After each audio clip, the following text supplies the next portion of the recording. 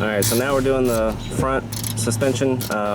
First we're going to take off the shock mount, which is what he's doing. You got a bolt right there at the top. And then you've got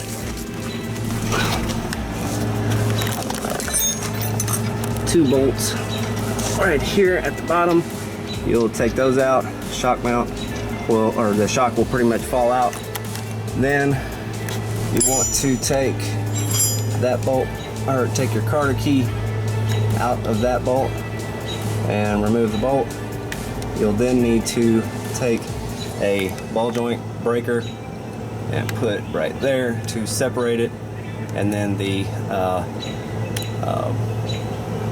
spindle will just drop, which will allow you to get the spring and everything out. You'll also have to disconnect your sway bar, if you have one, from here, so it will drop.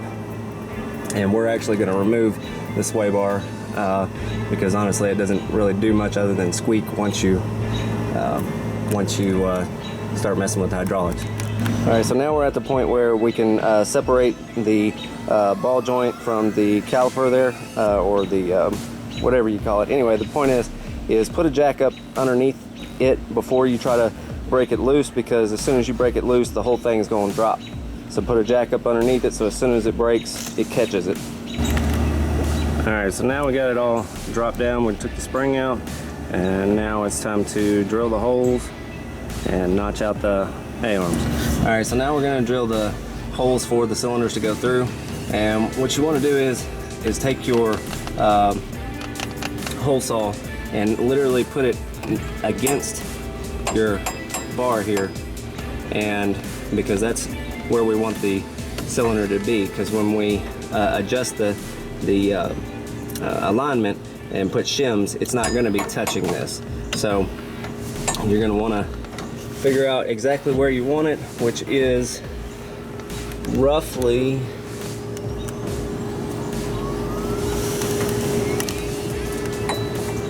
right in here. Now you can use your shock mount hole as a guide.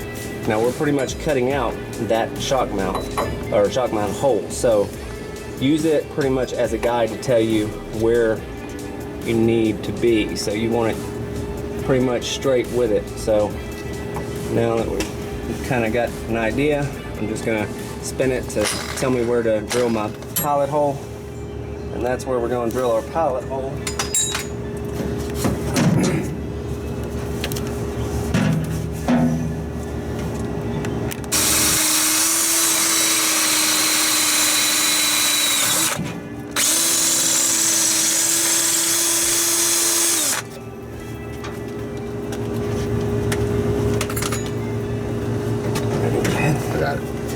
It's already wrong.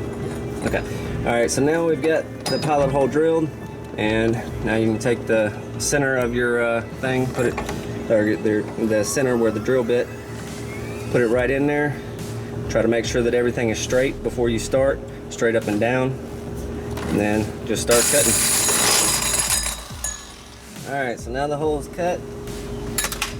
Now we can start putting the cylinder through and make sure everything lines up correctly and put it back together. We're going to take off the A-arms right now and notch them out. Now these are the factory right now. This is what we're doing just right now to get it going, because the arms are so easy to change out. We're going to get some new reinforced and extended ones later on and put those on. Alright, so the A-arm actually lifts at a slight angle this way.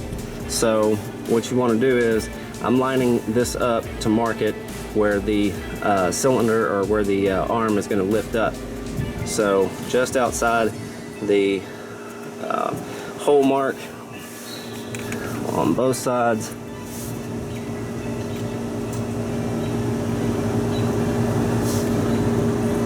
Mark that.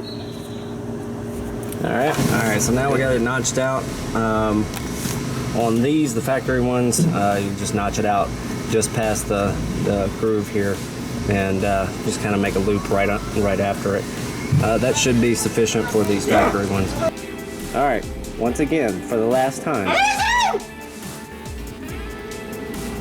you can weld your cup to your spring if you want to. Some people do, some people don't. We're not going to on this one because it's a pretty snug fit once it's all together, so it shouldn't move around too much, and plus you've got the deeper cup that slides down in the spring. So we're going to slide it through, slide the cylinder in first, and then spring goes in the bottom. Alright, I forgot to mention, slide your donut on first before sliding it up in there. Alright, so here we are back again with the 64 Wagon. We're taking apart the rear end so we can put the aftermarket trailing arms on. Some of the things you got to do before we do that, though, is remove the shock. Alright, once we remove the shock, like we've done already on the left side, the rear end's basically going to come down, but we've got it supported with a jack stand here, so that's not going to happen to us. Once it's off, we'll lower it, take the spring off, then we're going to unbolt it from the factory mount here for the trailing arms and the one up front, and then we'll take the whole trailing arm off completely and install the new one.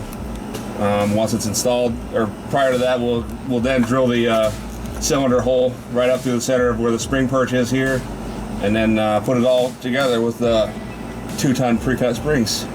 So fairly simple, not really hard to do. Just need a 1/2-inch socket up top. I think it was a 9/16 down here, and pull it all apart. Just make sure you got a jack stand in place, that way you don't get hurt, because you definitely can. So that's about that.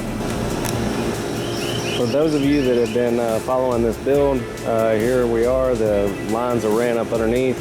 Everything's done underneath the car, so we dropped it, put the rims on it, just see how it's set. Front sits pretty low with 2-ton pre-cuts. It sits about 1 inch off the ground. He might get him some taller springs so he can actually drive it if it was all the way down. The rear has a full stack of 3.5 ton. Probably going to trim those just a little bit to make it sit a little more level.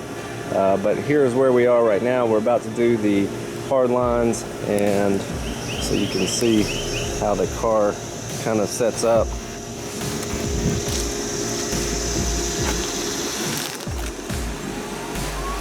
We've already got the 10 batteries in the back. We haven't added any air to the rear tires yet. Not sure what it's actually sitting at, but as you can see, the rims or the tires have squashed down just a little bit since the batteries have been put in.